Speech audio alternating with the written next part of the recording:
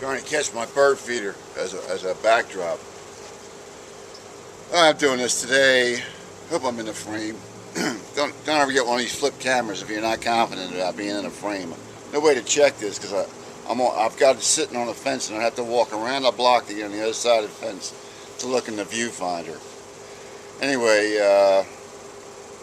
this is a shirt I was wearing 23 years ago. I'm doing this a day early because I'll forget. Tomorrow is the day, March 12th, 23 years ago, that I had my last drink. It's when I quit all my drugging and all my drinking.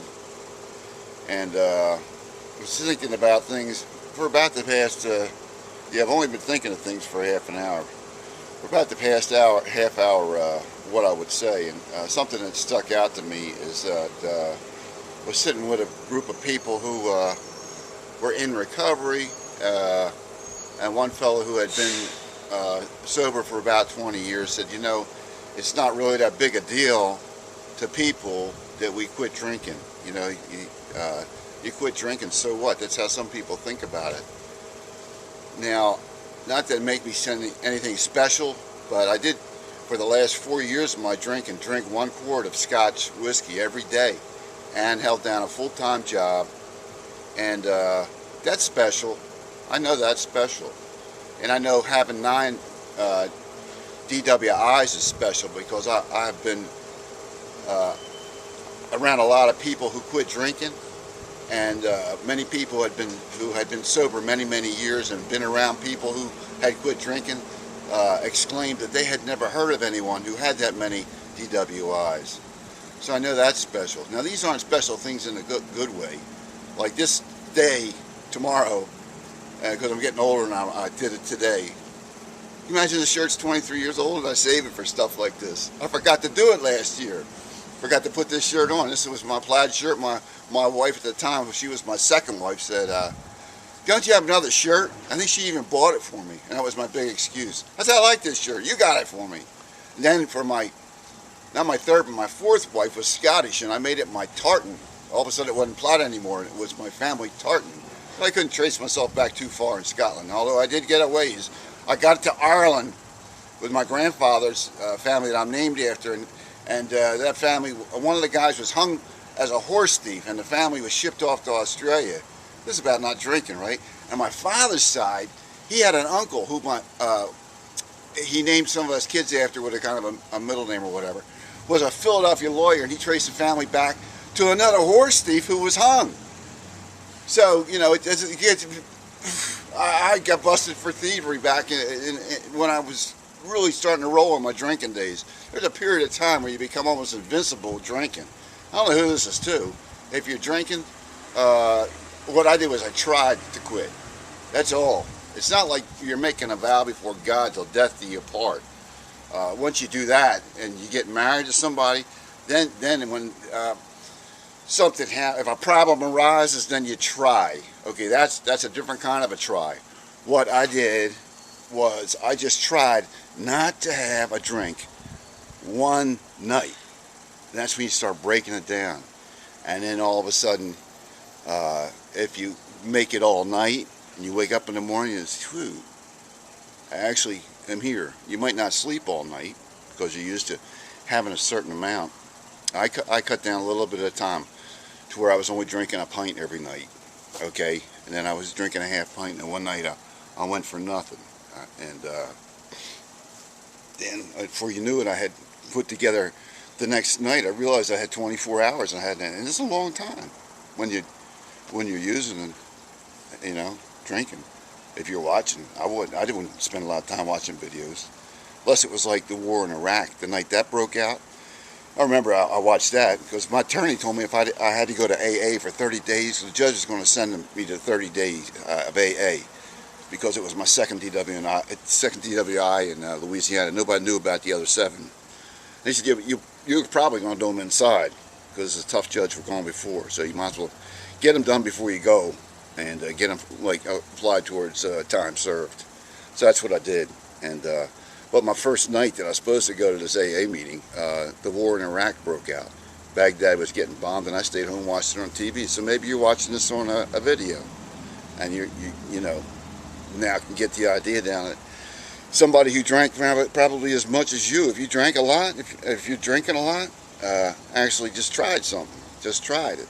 It was like, I'll tell you, I was at the kitchen sink looking through a cut hole window into my living room. My two girls sitting on the floor watching cartoons at night. My wife was out at work. I was doing my day shift job. And it was like I had a little angel on this shoulder and a little devil on this shoulder. And really, they were talking to me. And this one's saying, you can try it. And the devil saying, have a drink. That's how it was.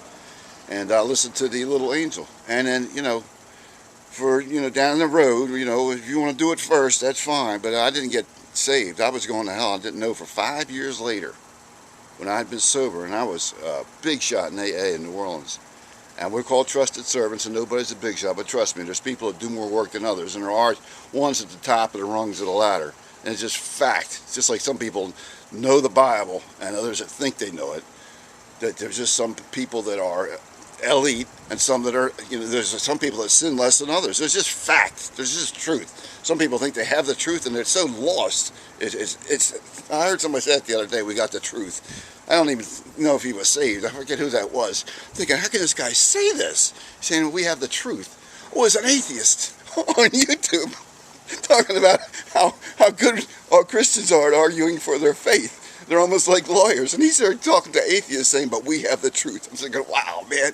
So anyway, after 5 years, I got saved. And that is the best day of my life, okay? The day October 8th, 1996, when I got saved and sealed the deal with Jesus as my Savior. But before that, quitting drinking on March 12th, 1991 was the best day of my life. So, whew, man, I'm glad I remembered this, to do it a day in advance, because I probably would have forgot again. Because generally around March 13th, I said, man, I didn't wear that shirt again. And I've been sober over 20 years, and I can't remember anything. But I remember I'm saved, and I love Jesus, and I know that's too much for some of y'all. Because I just don't want you getting drunk on your way to hell and running over your neighbor's grandkids. That's what it's all about. Because now I'm old enough to have had grandkids. In fact, I was almost engaged. I've been married to a lot of women, engaged to a lot of them, and I'm almost going to marry a lot of them. But one of them had a baby. I had a lot of babies. I started at 14. So she's old enough to be a great-grandmother by now. And the thing is, it's bad enough if you're going to heaven and you run over somebody's grandkids. We're not worried about the babies out in the world, okay? And you're drinking. Because I've almost run over a lot of stuff, and I have run over a lot of stuff. I've run into cars. I've rolled a car of mine down the side of a mountain. There's some of the more dramatic stuff.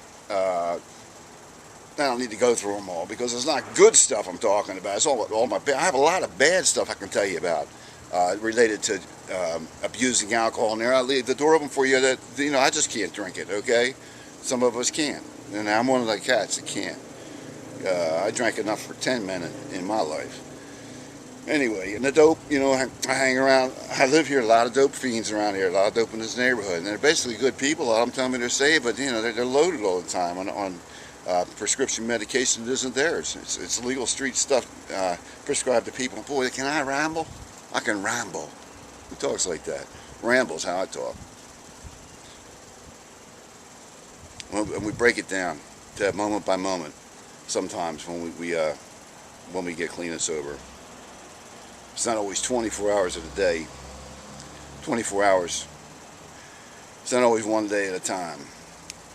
Because of my extensive experience, I know that in heated discussion, it gets broken down real small, minute, hurtful things are said. Once you say things, they come out of your mouth, they travel out into eternity. So you need to watch your mouth.